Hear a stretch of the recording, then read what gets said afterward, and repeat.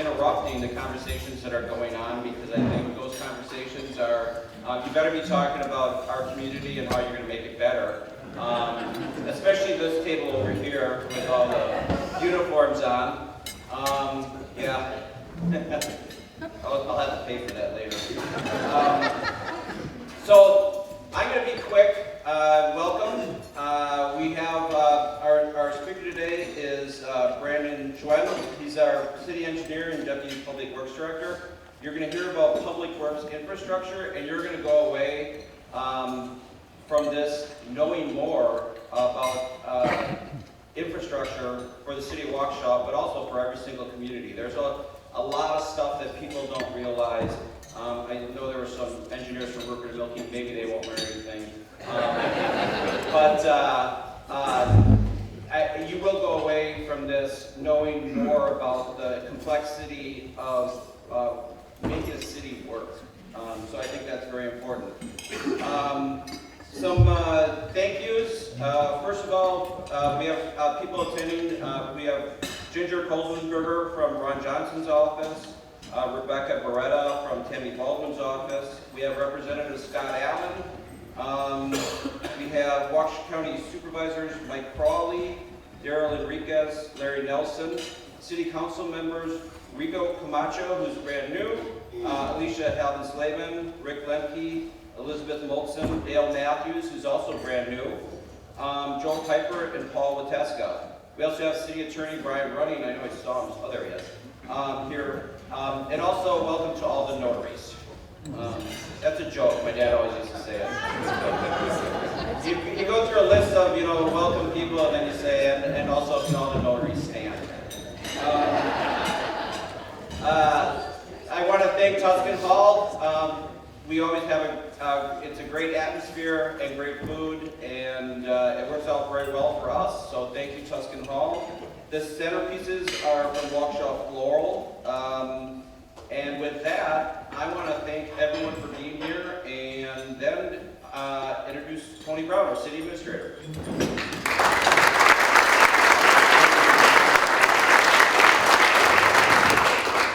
Thanks, Mayor. Good morning, everyone, and thanks again for coming.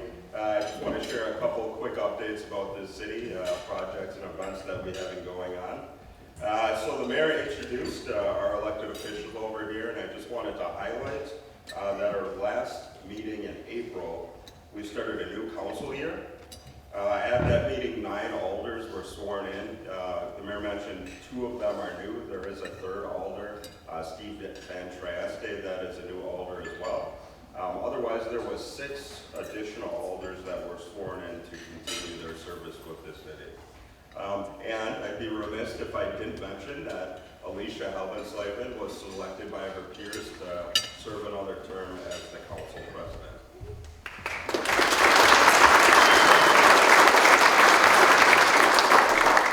One thing that I'm super excited about is, since our last meeting, we hired a new city clerk by the name of Katie Pinella. Again, all of us at the city are very excited to have her with us, because for over the past year, the position was vacant. We had a number of interns, one of which was named Linda Gordeau, and she helped us get through 3 different elections, including the presidential election. So we are very gracious and feeling great that she was able to help us during that transition phase. Katie previously served as the deputy clerk treasurer, so we were happy to welcome her back because she worked for Elm Grove for a little more than a year and a half in between coming back to the city. Recently, as many of you may know, our assessor's office completed a full reevaluation of all properties in the city. The general practice for us is that we do a reval every other year, and the reason for that is to maintain full valuation where the assessed values match current market values. So if you do own a property in the city, you likely received an assessment notice. And right now, Open Book is underway. And Open Book is where where you can meet with an assessor to discuss your assessment if you have any questions. So highly encourage you to do that. Open Book goes through the rest of this week, and then concludes at the end of the following week. appointment, but it is highly encouraged to do so. The application window for our Waukesha Local Government Academy, which takes place this fall, is open. Through that program, residents can learn about city government operations, tour the police and fire department, and then also hear about different ways to become involved with the city. So if you know somebody or you're interested in the program, I would encourage you to go to the city website because it has additional information on there. And then the application window closes on July 1st. Lastly, which I think probably everybody's very excited about, summer's right around the corner.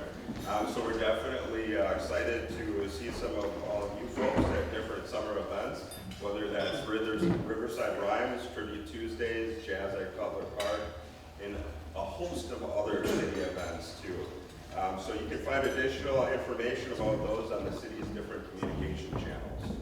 And with that, let's welcome our speaker this morning, again, Brandon Schwinn. Brandon's been with the city since 2016, and as the mayor mentioned, he currently serves as the Deputy Public Works Director and City Engineer. And today he'll give us a behind-the-scenes look at how his team tackles one of the most important things of our everyday lives, infrastructure. Brandon.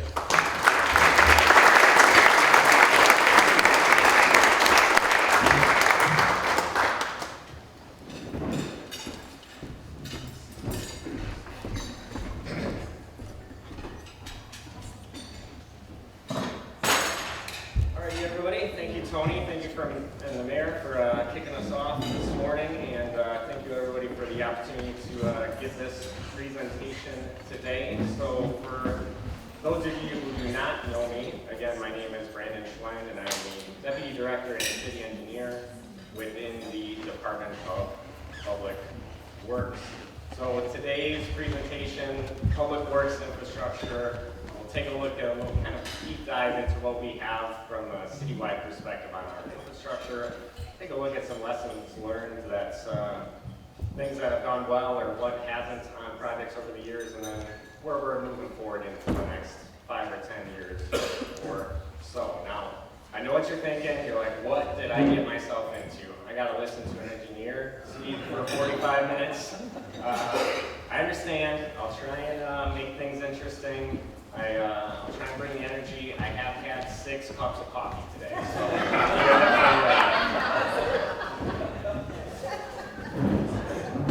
before we dive into the infrastructure, just to kind of put a face with a name, a little introduction about myself. I am not originally from this part of the state, but just a little bit to the west in Dane County. I graduated from the University of Wisconsin-Platteville in 2011. Now, for those of you doing some quick math out there, yes, that does make me a millennial. It is what it is. As Tony mentioned, I started with the city in late 2016. I've had the opportunity to hold a few different positions within the engineering division. I'm guessing a few people in this room, we've definitely crossed paths during my time as a project manager, maybe during the downtown reconstruction program. So that's kind of where you may have known my name in one fashion or another. So just to start off real basic, thought I'd give a brief overview of what we do. Just what is our Public Works Department for the city of Waukesha? What are we responsible for? Well, the Department of Public Works is responsible for the maintenance and oversight of city infrastructure. Now, we're going to really dive into that over the next 40 minutes or so, so we'll kind of put that to the side, but that's nuts and bolts what we do as a department. But it takes a pretty big team in order to do that. We have over 100 employees across 6 different divisions, those different divisions being engineering, streets, transit, clean water plants as well, parking, and then recycling and solid waste. So some of our main tasks that we deliver across our 6 divisions is planning of CIP projects. Again, we'll really dive into that in a minute. Snow and ice control, which I'm sure everybody in this room is somewhat familiar with. Maintenance of our sewer system, both sanitary and storm sewer. Taking a look at that, managing our transit and parking services across the city, as well as managing the contracts for the collection of recycling and solid waste. And overall, the Department of Public Works, our director Alex, is also in attendance today, as I am the deputy director, but I had the opportunity to give the discussion today. So, exactly. All right. So real basic, what is infrastructure? Now, yes, the screen is blank, but we'll get there in a minute. What does that boil down to? Is it this building? Is it this PowerPoint? Is it just a political buzzword that gets thrown around at election time? What does it actually mean? Well, why don't we let our friends at Merriam-Webster tell us exactly what it means? So we look at number one in the definition is the system of public works of a country, state, or region. Public works is literally in the definition of infrastructure. So that's what we're talking about today. And also, if we look at the also in the definition, it's the resources, such as personnel, buildings, or equipment required for an activity. So we were exactly right. It is this building.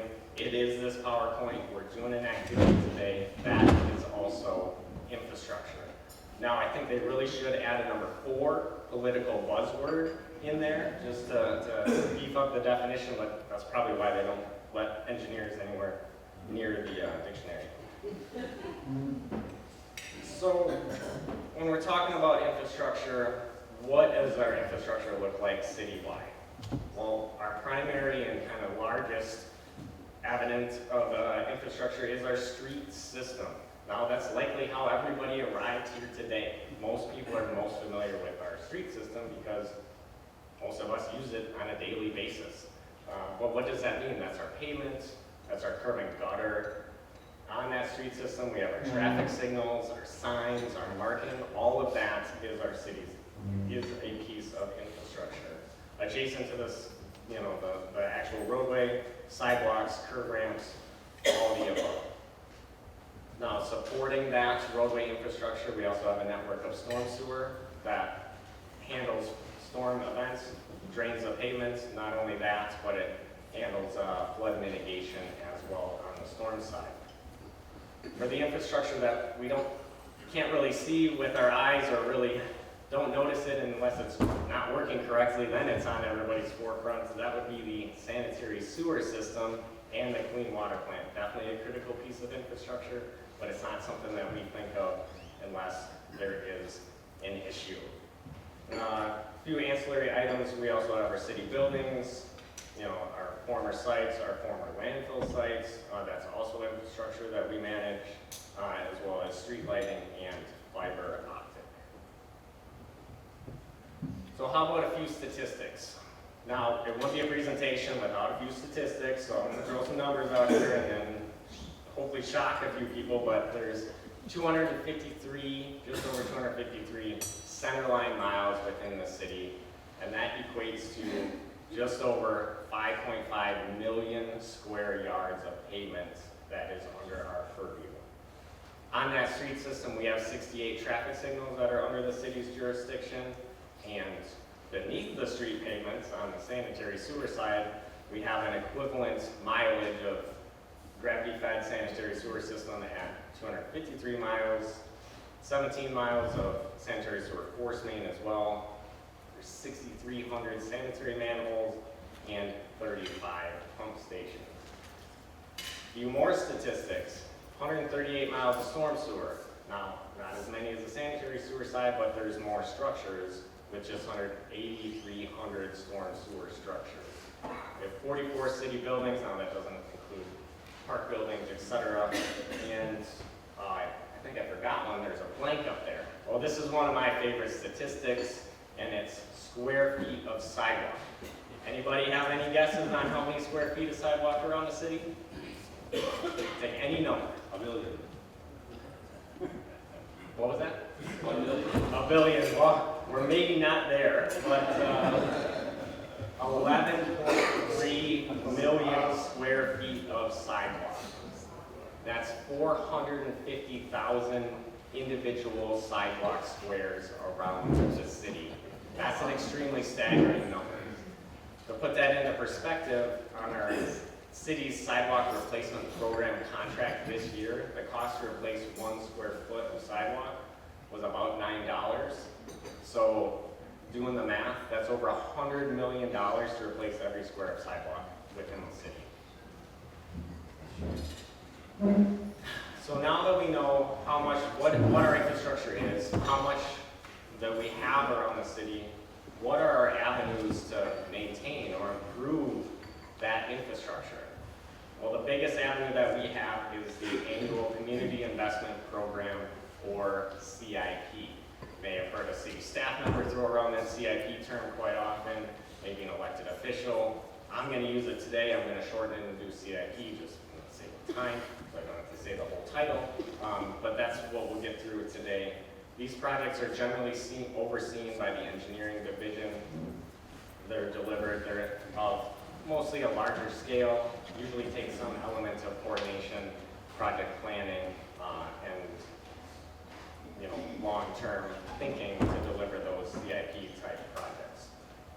Outside of that, we also have our avenue for internal city forces. So our internal crews also complete infrastructure maintenance and improvements.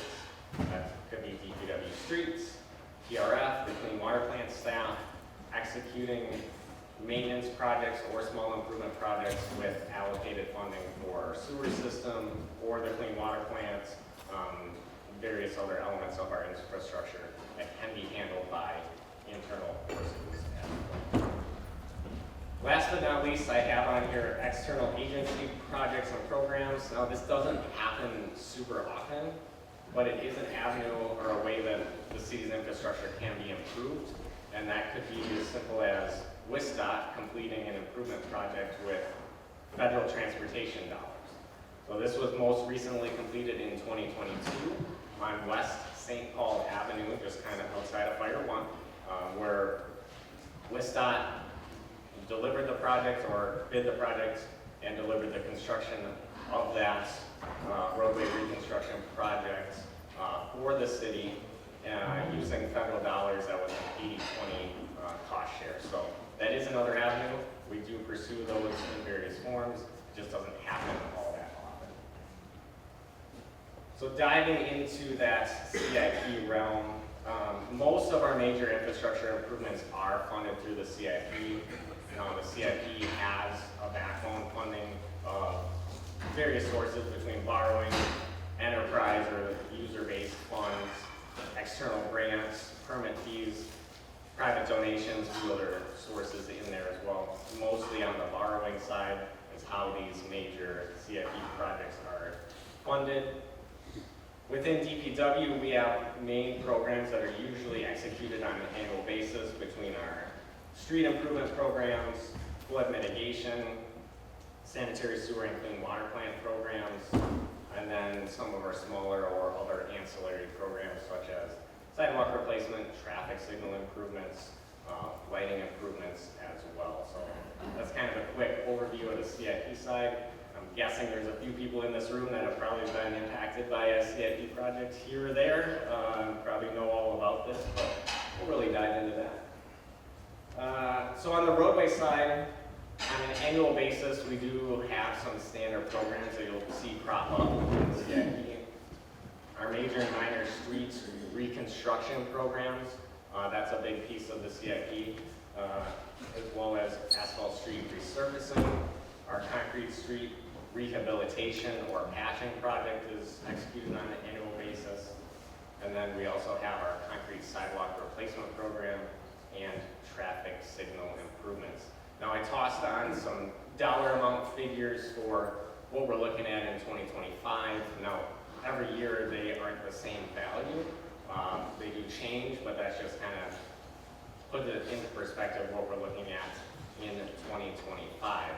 Now a few moments ago I just mentioned that if we were to replace every square foot of sidewalk, that'd be $100 million. Well, looking at the other costs of the other programs, that would be really hard to weave into when we're looking at, $4 or $5 million on our other reconstruction programs. So Again, all in perspective. So how about the stormwater side of things? The stormwater programs are mostly driven by our flood mitigation program, which usually features an annual project in one of the 10 areas of concern around the city. We'll dive into that flood mitigation in a few moments. But for 2025, and it actually started in 2024, the big project going on right now is in our Area 7 up by North High School. If you've driven or been in that area, you've definitely seen a lot of activity over the winter months and currently. So we got a big project going on the flood mitigation program currently in 25. We also have programs for stormwater pond maintenance annually, as well as extending storm sewers annually as well. Again, $20 to $25 amounts also included. So how about the sanitary sewer side of things and the clean water plant side? So we usually have an annual program for pump station and force main reconstruction, as well as just gravity sanitary sewer rehab or relay. Now, the gravity system generally follows along with where our street projects are. We'll talk about that coordination in a minute, but that's just kind of coincide with what we're doing on the street side. This year we do have a storm sewer extension project. Now this is not very common, but some of you know we are executing and extending sanitary sewer up in the Silvernail Road area. So that is not typical of an annual basis, but we do have it in 2025. And then the clean water plant phase 3 upgrades are also occurring in 25. This is a continuation of the 20-year facility plan that's DNR mandated for the clean water plant. We're currently in years 11 to 15 of that facility plan, and that phase 3 budget is $24 million. So it's a huge project being executed at the clean water plant, but is very critical. So diving down into the nuts and bolts, and I think this might hit home to a lot of people, is, how do we select projects in a given year? Like, the number one question that we get are, why did you do the street you did, or why did you do this project? Like, what decision making went into that? Unfortunately, that is the most common question that we get, but the answer isn't super easy. It's not black and white, it's not cut and dry. It's actually much deeper, much more convoluted than that. There's a ton of different factors that go into making that decision to move a project forward. Number one, budget allocation. So budget is always going to be number one. We have a great team of engineers up at City Hall, and I'm sure if you went to any one of them and said, hey, give me a list of projects that you'd like to see get executed, there's going to be no shortage of projects you'll get from that team. But they're all going to ask the same follow-up question. And that follow-up question is going to be, well, what is my budget? That is literally going to be the first question. And that's why we always have to consider, what is our allocation for DPW? What target number do we need to be in? Do we need to shift projects or prioritize something to fit into that budget allocation? So number one is always going to be budget. There's literally only so many dollars to go around, and that's our big ticket item that we have to think about on an annual basis. We also have to think about coordination with other planned projects. We absolutely have to consider the condition of the underground utilities when we're choosing a street project. That has to be number one. We need to make sure that if we are executing a street project, that funding is allocated either on the water utility side or the sewer utility side, that, hey, we need to either upgrade our water main, we need to replace the sanitary sewer, rehabilitate it, and make sure that funding is allocated in that program as well. It would be a terrible decision to execute a street improvement project, doing, repave, new curb and gutter, new everything. Literally a year later, oh, we didn't touch the water main, now we need to replace the water main. That would be the worst case scenario, and why it has to be considered at the forefront, because unfortunately, in order to get to the underground utilities below the street, we gotta go through the street to get there. So always something that we have to consider and is on the back of our minds. The other advantage to that is although it does, if we do underground utility improvements with a street improvement project, unfortunately it does likely extend the time frame of a project. The nice thing is at least it is done all in one project instead of over multiple projects. We'll also get a little bit of benefit on economy of scale and combining work elements that usually get better bid pricing across the board. So definitely some positives with combining work activities. Outside of that, we also have to think about outside funding sources. Usually if we receive a grant for a project, whether it be federal or DOT or anything like that, there's usually some kind of sunset date tied to that grant funding, where we need to execute a project by X date, or we absolutely lose that funding. So we don't have a choice to slide that project around, or we have to make sure it's done by a certain year, and that's really locked in. So if we have quite a few of those that we're dancing around in our 5-year plan, we need to make sure that we don't lose out on that funding, because the last thing we want to do is to pass our sunset date and our funding for that project is no more. The last thing that I have on the list is current state of infrastructure recycling conditions. So this is where we actually start thinking about condition. It's not number 1 on the list. It's actually the last thing on the list. Yes, condition matters. Yes, it's something that we have to factor in, but it is not the most and only critical piece. We have to consider condition. We have to think about, okay, is this street in a condition that, hey, it can go into the resurfacing program, it doesn't need reconstruction, or, you know, that's much less expensive, or we've already resurfaced the street 3 times, it is now time that it meets the reconstruction program. So that's where condition starts to come into play. So enough about thinking. I just want to highlight some of our past programs and projects that we've been able to execute over the last decade or so. Some of these you likely have heard before or seen all the above, so I'm not going to go into every little minute detail, but it's definitely important to highlight some of the projects that have been successful over the years. Starting with the downtown reconstruction program. Obviously, quite familiar to everybody. We kind of beat this to death a little bit, but definitely wanted to highlight it.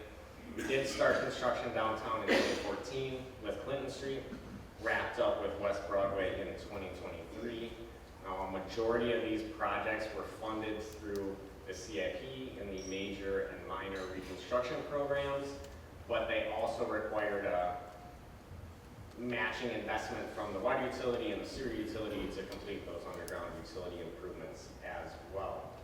Our largest project was Barstow Street and Riverfront Street in 2020, which can be seen in the picture on the screen. That's Barstow Street and Bank Street under construction. A few more eye candy type photos. On the left of the screen, we have Clinton Street in 2014. So that picture is a little dated. And then on the right side of the screen, we have the 2016 Main Street project, where we had to do a ton of underground utility work right in the hearts of the 5 Points. So, shifting gears a little bit, let's just highlight the citywide flood mitigation program and where we're at with that. This program was a result of the 2014 citywide stormwater management plan, and where it originally featured 34 specific projects set across 20 to 25 years, focusing on the city's 10 areas of concern for area-wide flooding. Originally, this project was scoped at $66 million in cost back in 2014. To date, we've executed 17 of those projects at a cost of about $14.6 million. So there's still a lot of work to go, but the program overall has been extremely successful. The projects have almost immediate impacts to the areas surrounding where we're having some of the worst flooding. And the nice part about the flood mitigation program is it really is an avenue for great construction photos. Big structures get installed. It is cool to watch. So on the screen, we have a large storm sewer structure that's to be installed at the intersection of Summit Avenue and Green Meadow Drive. I mean, the thing was giant. But it's pretty cool to see how, what size equipment and what size excavations need to happen to execute these projects. Also in Area 7, got a large culvert going on, installation on the left side of the screen around a nice curve. And then we have stormwater pond improvements on the right side of the screen. So lots of big impact with this program, still a ways to go, but it has been very successful to date. Last but not least, we cannot forget about the sanitary sewer side of things.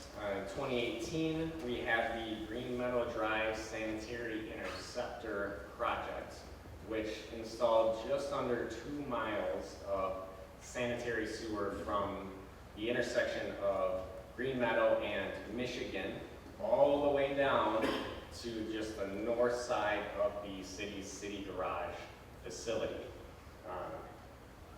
How that happened was it required a very deep tunneling in some sections up to 65 feet, and some of that tunneling was actually done through solid bedrock, actually a good length of it in 2,400 feet. It also required 700 feet of dual board river crossings to cross the Fox River, because we had to get across the river to get to the other side, by the city garage facility. The benefit of this project is it did eliminate 2 pump stations overall and allowed that section of sanitary sewer to be gravity fed. So you can see the route on the left side of the screen. And then a couple more project photos, you can see some of the large diameter pipe being installed on the left side. And then the right side is actually inside one of the shafts that had to be excavated to execute the deep tunneling. So that was up to 65 feet deep, and that's looking up, underground in these shafts. So it was quite the project to see if you did get the opportunity to be in the area at that time. So it's nice to look at, where we've been with our past projects, what successes we've had, but unfortunately it's not all fun and games. We do actually face challenges on a daily basis that we do need to overcome. One of those challenges is overall budget caps or constraints and the impact of rising construction costs. So my guess is there's some people in this room that have probably been impacted by rising costs over the last 4 years or so. And unfortunately, from an infrastructure perspective, we're not isolated. We're in the same boat that over the last 4 years, we've seen those construction costs continue to rise, but when we have a budget that's being allocated that's about the same, now the impact of that is less projects are getting done. So there's only so much money to go around. The impact of less projects getting done means we have a larger backlog.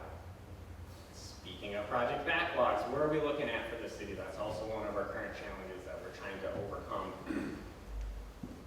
Looking at our backlogs in our streets and alley reconstruction program, our current backlogs are about $70 million. Now that was 2024 dollars. That's a big number, but it is not the city's largest backlog. Our asphalt street resurfacing program is where our largest backlog is, and that is $83 million of streets that are in a condition needing resurfacing.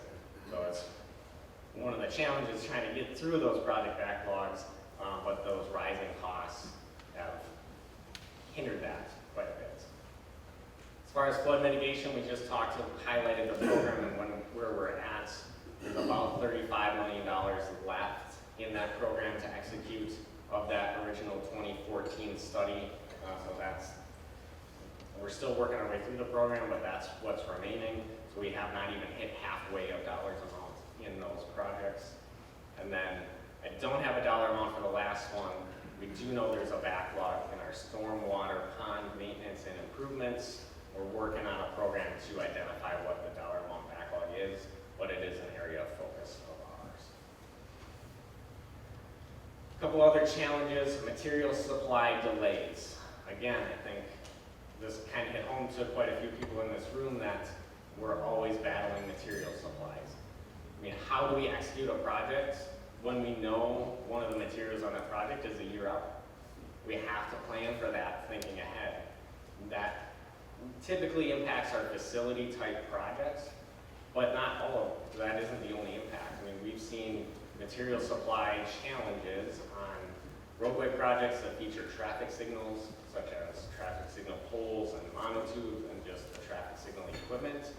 So we've had some delays in projects to execute them because of material supplies. Last but not least, I have on here private utility work.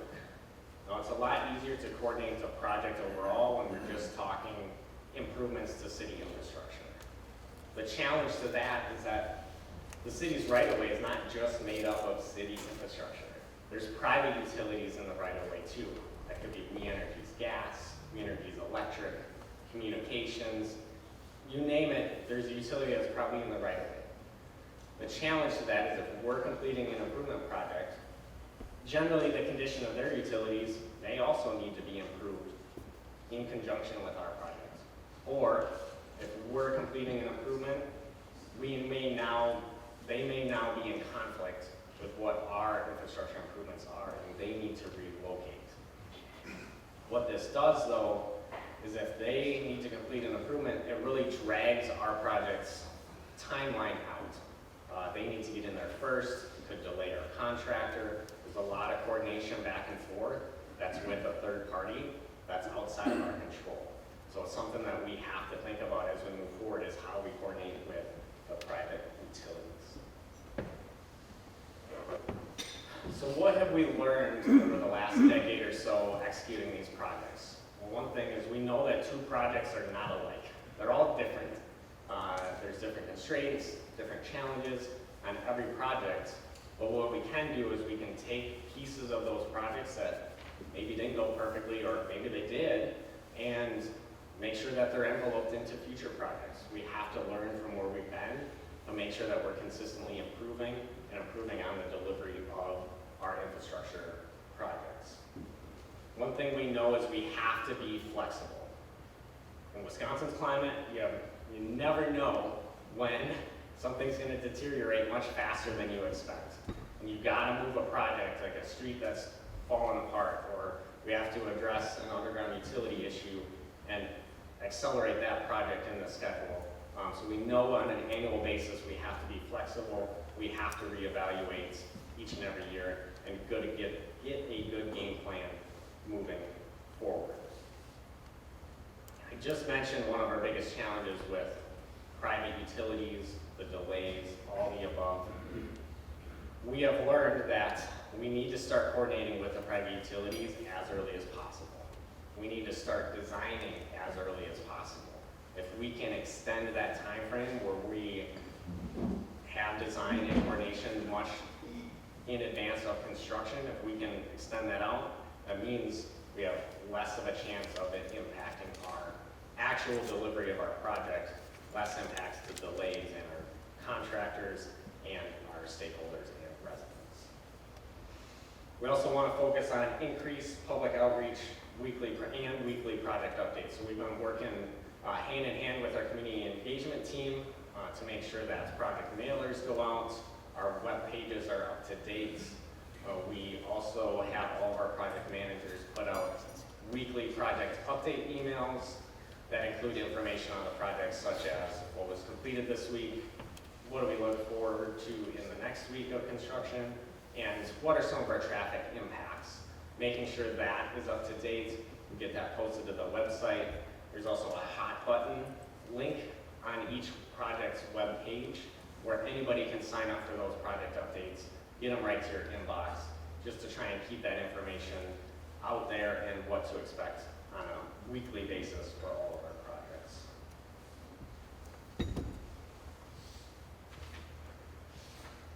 So what else have we learned? What can we do to combat our material supply delays? Well, when we can do it, in some instances, we can actually pre-purchase some materials ahead of projects. That could be traffic signal equipment, traffic signal poles, generators, transfer switches, you name it.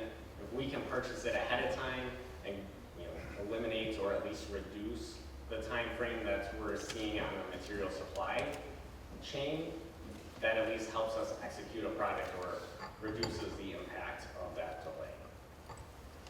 I have coordination, and coordination. No, it is not a typo. It is actually on there 3 times because it's that important. We have to coordinate with private utilities. We have to coordinate with our own underground utilities with the street side. We need to make sure that everybody's talking about other departments that may be impacted by an improvement project, etc. That coordination has to happen and it cannot stop. That is the key to a successful delivery of an infrastructure project, is the coordination. We also need to make sure that we're leveraging technology and tools to track what our condition is out there, use our asset management software, use our GIS tools to map how our street system is doing, focus target areas on where we need to execute where we have infrastructure that is rapidly deteriorating, utilize that technology as best as possible. It's 2025, we need to make sure that we use every piece of technology that is out there and available. The last thing I have on here is, quote, hope ain't a tactic. Now, not sure if you recognize it, but this is actually a quote from one of my top 10 favorite movies, and that's Deepwater Horizon. It's a quality movie. It's Mark Wahlberg's character, Mike Williams, says to a VP company personnel, quote, hope ain't a tactic. Why I like this is that in infrastructure management, you can't just rely on hope. You have to have a good plan, you have to have great coordination, and that's what leads to success. You can't just chance it on hope. Now, we're not deep water drilling and have the risk of lives and environmental factors around the city, so it's definitely a little less of an impact, but it still makes a difference, and thought it would be nice to improve. So where do we go from here? So what do the next 5 to 10 years look like? Well, we just went through what our project backlogs are, and we're gonna see a transition on the street side away from our major reconstruction projects and a shift to our asphalt street resurfacing. Now that doesn't mean we're never gonna do a major reconstruction project. We just won't have it annually, year after year, major reconstruction. We need to start addressing what our largest backlog is, and that's the asphalt street resurfacing program. I talked a lot about budget. We need to make sure that we're maximizing the project impact based on those project budgets. We need to get the most bang for our dollars and finding every avenue to make sure that that happens so we can improve our infrastructure in every way possible. We need to make sure that we're adjusting priorities as conditions of some infrastructure change. Keep that at the forefront, always being flexible. That is a lesson learned, and make sure that that's something that we keep in mind. The last thing, we need to try and predict the future, and that is attempt to predict the future on cost increases. Now that's an extremely difficult task to do, but what that allows us to do is have a realistic 5-year plan for infrastructure improvement that encompasses what our construction cost increases are. If we don't do that, by the time we get to the 5th year, we just have a pie in the sky plan that it's not even real because we're not incorporating what that project is going to cost 5 years from now. It's just today's dollars. Needs to be realistic, needs to be a good plan, and encompass that. So I just wanted to wrap up today's discussion with a look at what projects we have going on in 2025. So just kind of a brief overview. We do have a major reconstruction project this year, and that's Silvernail Road from the west bypass to just east of University Drive. Our project is well underway, as a lot of these are that you may recognize. We do have a minor reconstruction project, and that's Park Avenue and Bethesda Court. So those 2 small streets will also be reconstructed in 2025. And we have 1 alley that we're reconstructing, and that's Alley 92, just south of Madison Street. It's the last of those 3 alleys in the same area to be reconstructed. As far as asphalt street resurfacing, we do have quite a few different areas of asphalt streets that will be resurfaced. The last two on the list I will highlight between Gascoigne and Peters, as well as Green Meadow Drive. Those projects were in direct coordination where the water utility needed to replace the water main. They had it in their, their planned improvement projects, so we needed to make sure that, well, the street isn't in our resurfacing program, but we're replacing the water main, so now we gotta do the street in conjunction and combine those work efforts. So again, being flexible, seeing where our other infrastructure needs improvements, and then reacting to that. So we added a couple additional streets in our asphalt resurfacing realm. The nice part is it also helps our project backlog as well. And then I beat this to death quite a bit, but our Area 7 flood mitigation project is in that area of North High School, Summit Avenue, and Green Meadow, that area. So that's what we're looking at for 2025. And that's all I got for today. So I believe we'll take some questions if anybody has anything.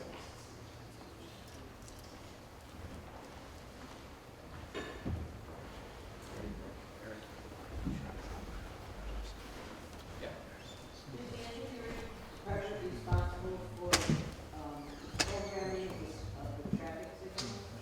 Yes, we are.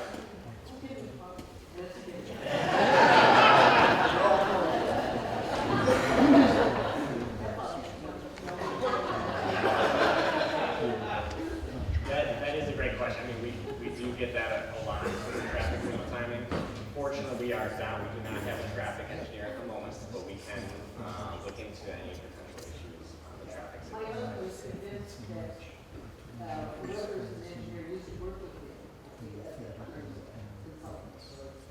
and recognizes the car and the right turn signal just in time. So watching out for it. Mom is swearing at the subject. The answer is yes. You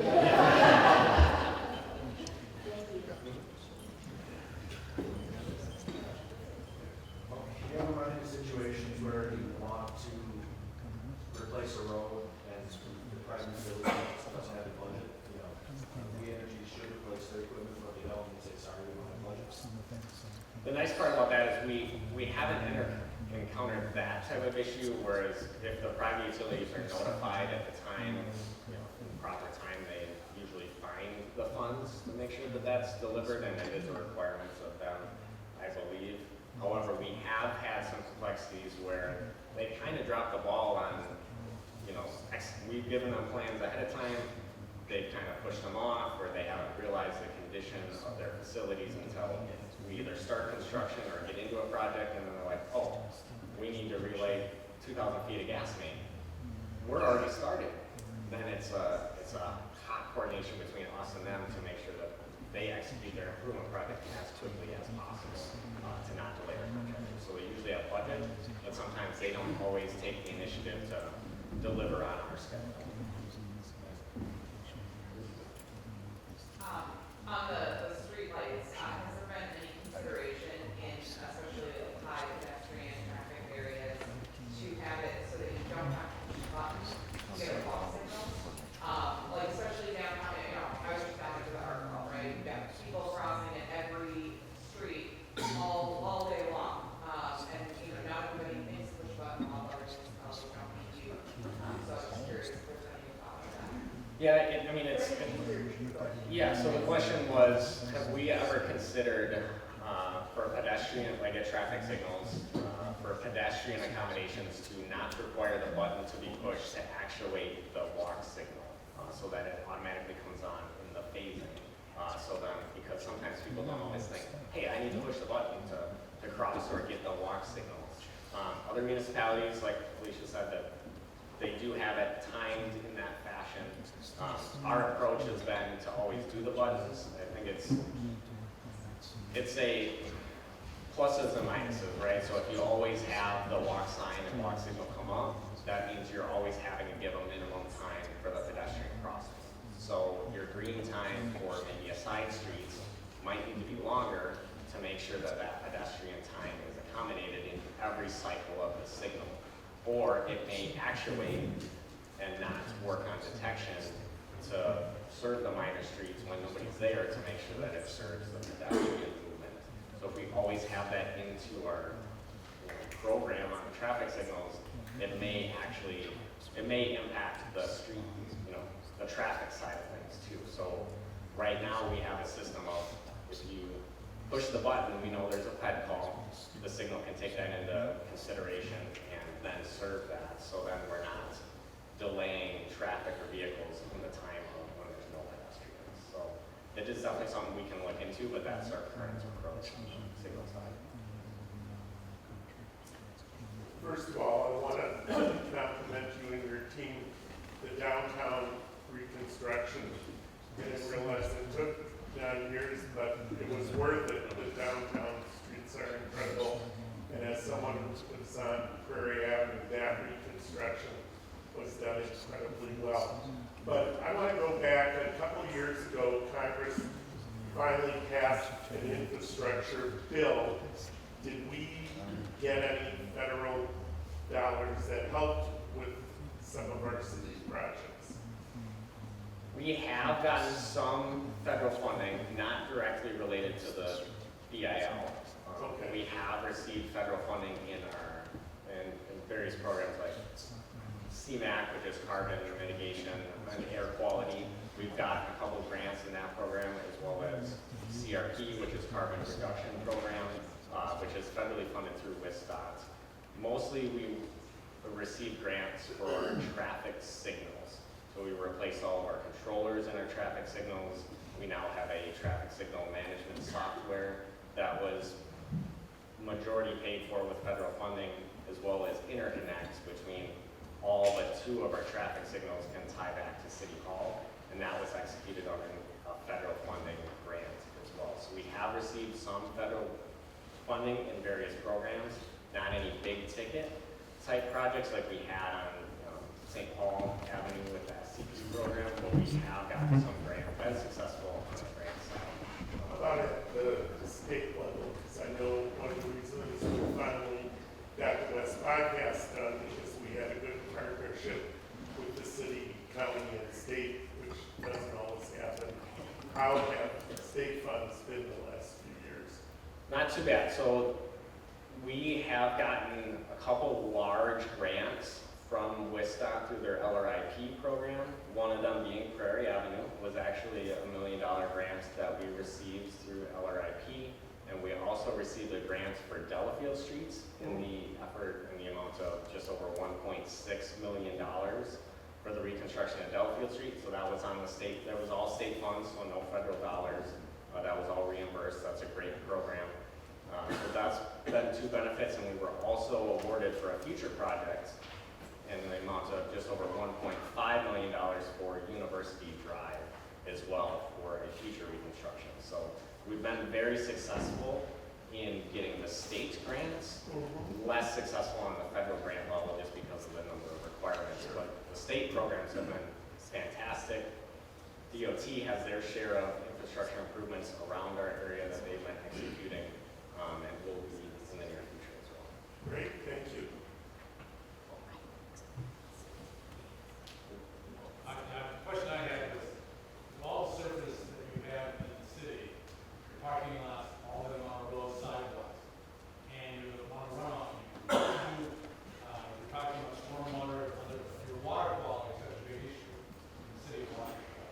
So what are you doing to mitigate that? How are you coordinating having less salt runoff and other things that degrade the environment? Do you coordinate that? Are you looking at that? Are you using some technology to try to minimize? Yeah, I think the biggest coordination effort is not only with us in engineering, but also on the clean water plant side, and working with that group, as well as changes at the DNR level to yells and that upcoming to where we need to think about what that water quality is moving forward, where we can maximize the credit for our infrastructure. So where we start thinking about these is in the planning of projects, and especially on the flood mitigation side. Hey, can we gain credits from a water quality perspective with what we install? So the Area 7 project, we definitely looked at that. How can we maximize credits? And can we continue to maximize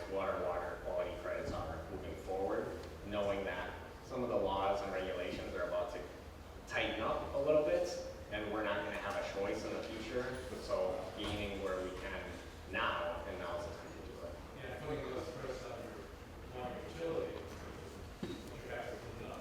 Correct. How do you coordinate and communicate, like especially as projects are ongoing, to ensure that different departments will get a look? So say a road project, the scope's gonna expand a little bit, but you're not going too far to ensure that waterworks or sewer, oh, we should have looked at that while it was still ripped up. Especially when something's ongoing, how does that stuff get communicated?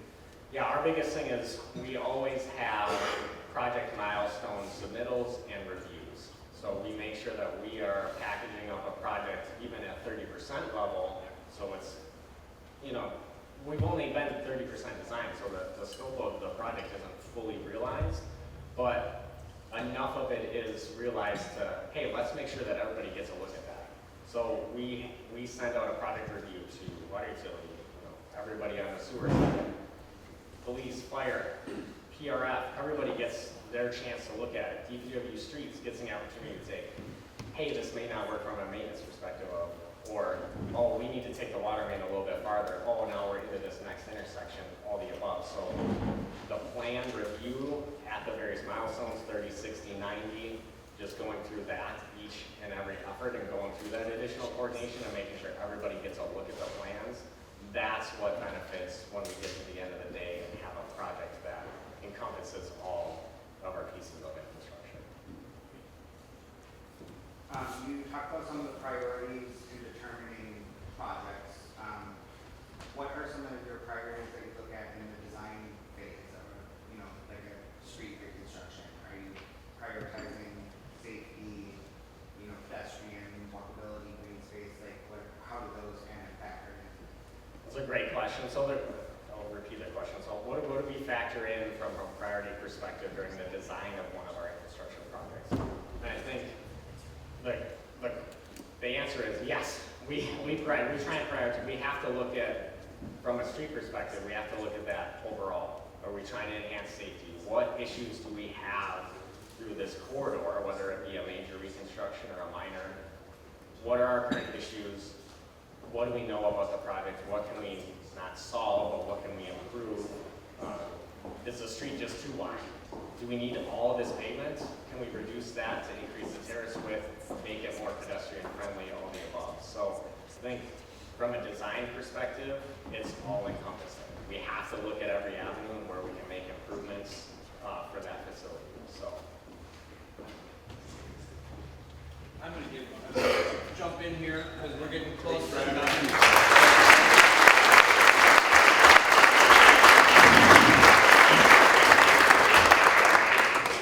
Yes, thank you. So I got final thoughts. I will be quick, but I think for me, what I'm taking away from this is we have $100 million worth of sidewalk.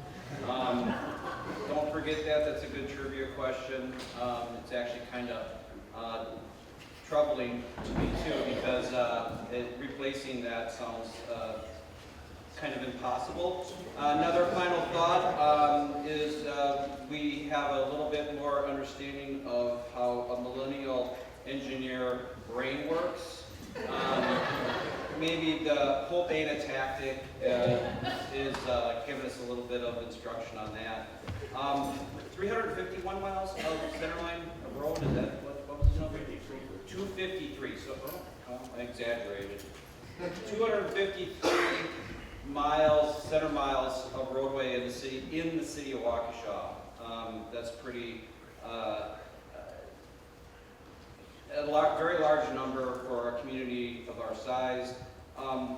Another thing I also want to say is in decision making as to what projects get done, remember this, it's not the condition of the road that is the number one priority because there's so many other things to take into consideration.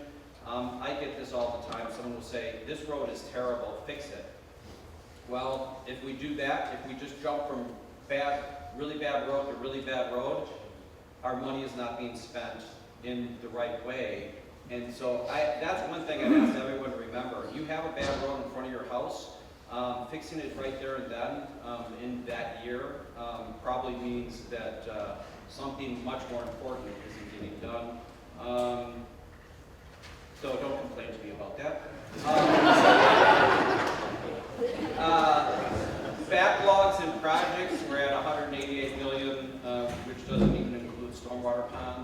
also the other thing is stormwater is something I continually tell engineering, public works that I'm very interested in, because the money spent in that saves homes, saves lives.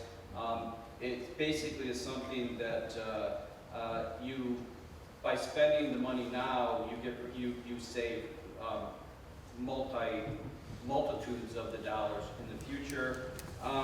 Outreach, we do a phenomenal job for outreach. If you want to know about a construction project near you or something you have to go through, you probably have 5 different ways to stay on top of it. Our social media, emails, our web page, everything. So if there's a construction project that's bothering you, at least you can always look to see what's happening with it, and I think you do a phenomenal job on that.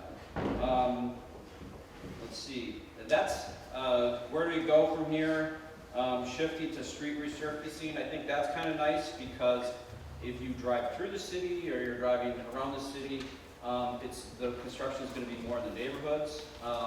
If you live in the neighborhood that's being reconstructed, you're not happy. But once again, if you don't do this work, the end result is your municipality deteriorating in many different ways.